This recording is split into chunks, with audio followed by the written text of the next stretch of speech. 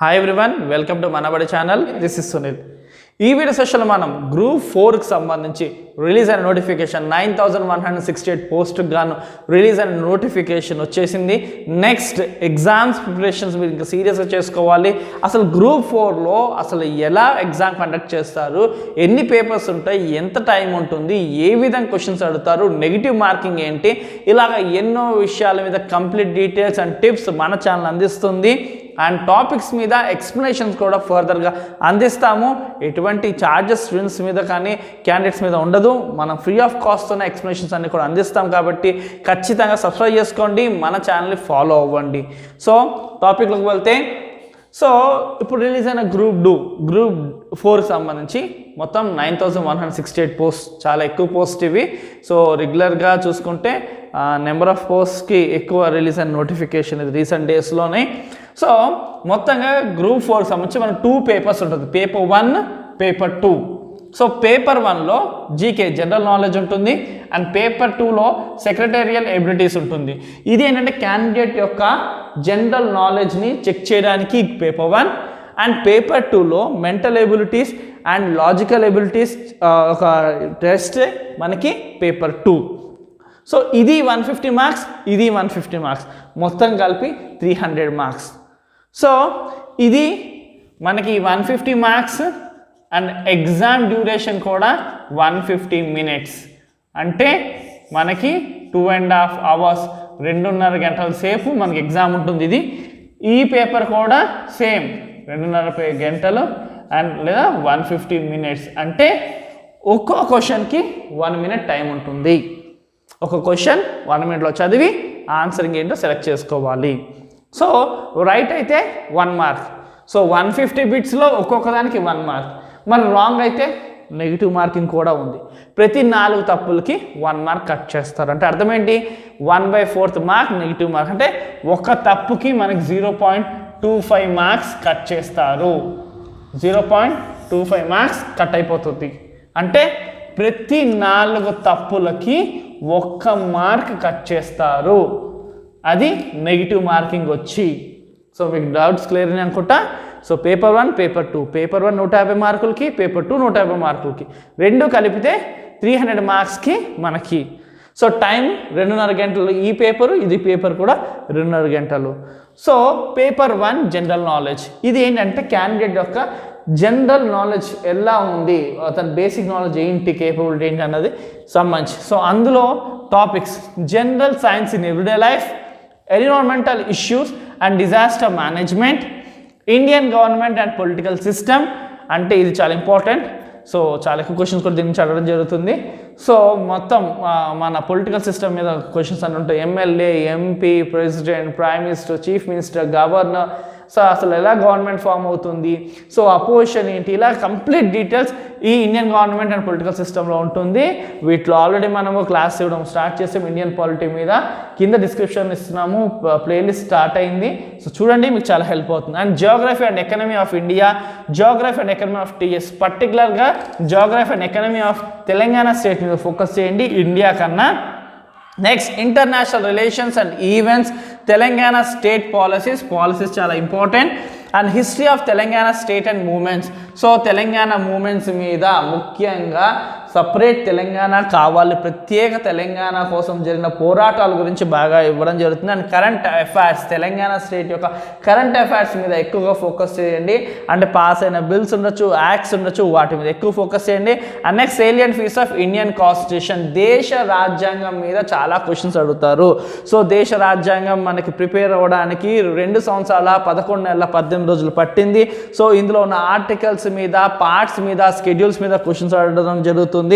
And preamble మీద, and దేశ రాజ్యాంగంలో మన యొక్క దేశం republic, democratic, secularism, socialism, so ఇలాంటి టాపిక్స్ మీద మనకి అడగడం జరుగుతుంది. Fundamental rights, fundamental duties, directive principles, ఇలాగ ఇండియన్ కాన్స్టిట్యూషన్లో ఉన్న ప్రతి దానికోసం అడగడం జరుగుతుంది.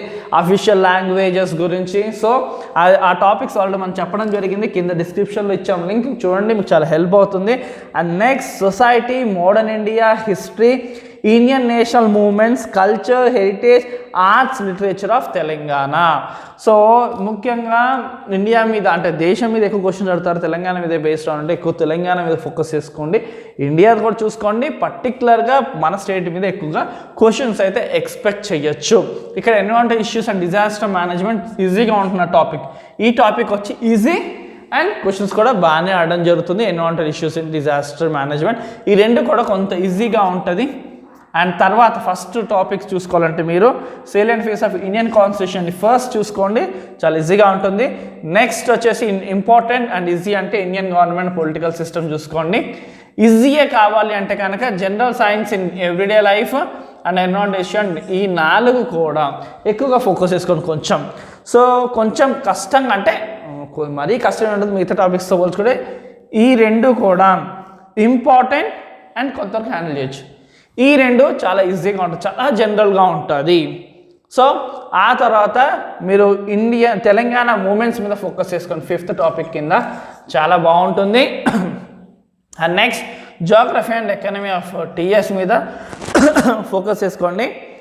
అండ్ తర్వాత వచ్చేసి ఇంటర్నేషనల్ రిలేషన్స్ అండ్ ఈవెంట్స్ మీద ఫోకస్ చేసుకోండి. తర్వాత మిగతా అన్నీ ఇంకా కరెంట్ అఫైర్స్ మాత్రం ఎప్పటికప్పుడు మీరు రన్నింగ్లో ఉండాలి.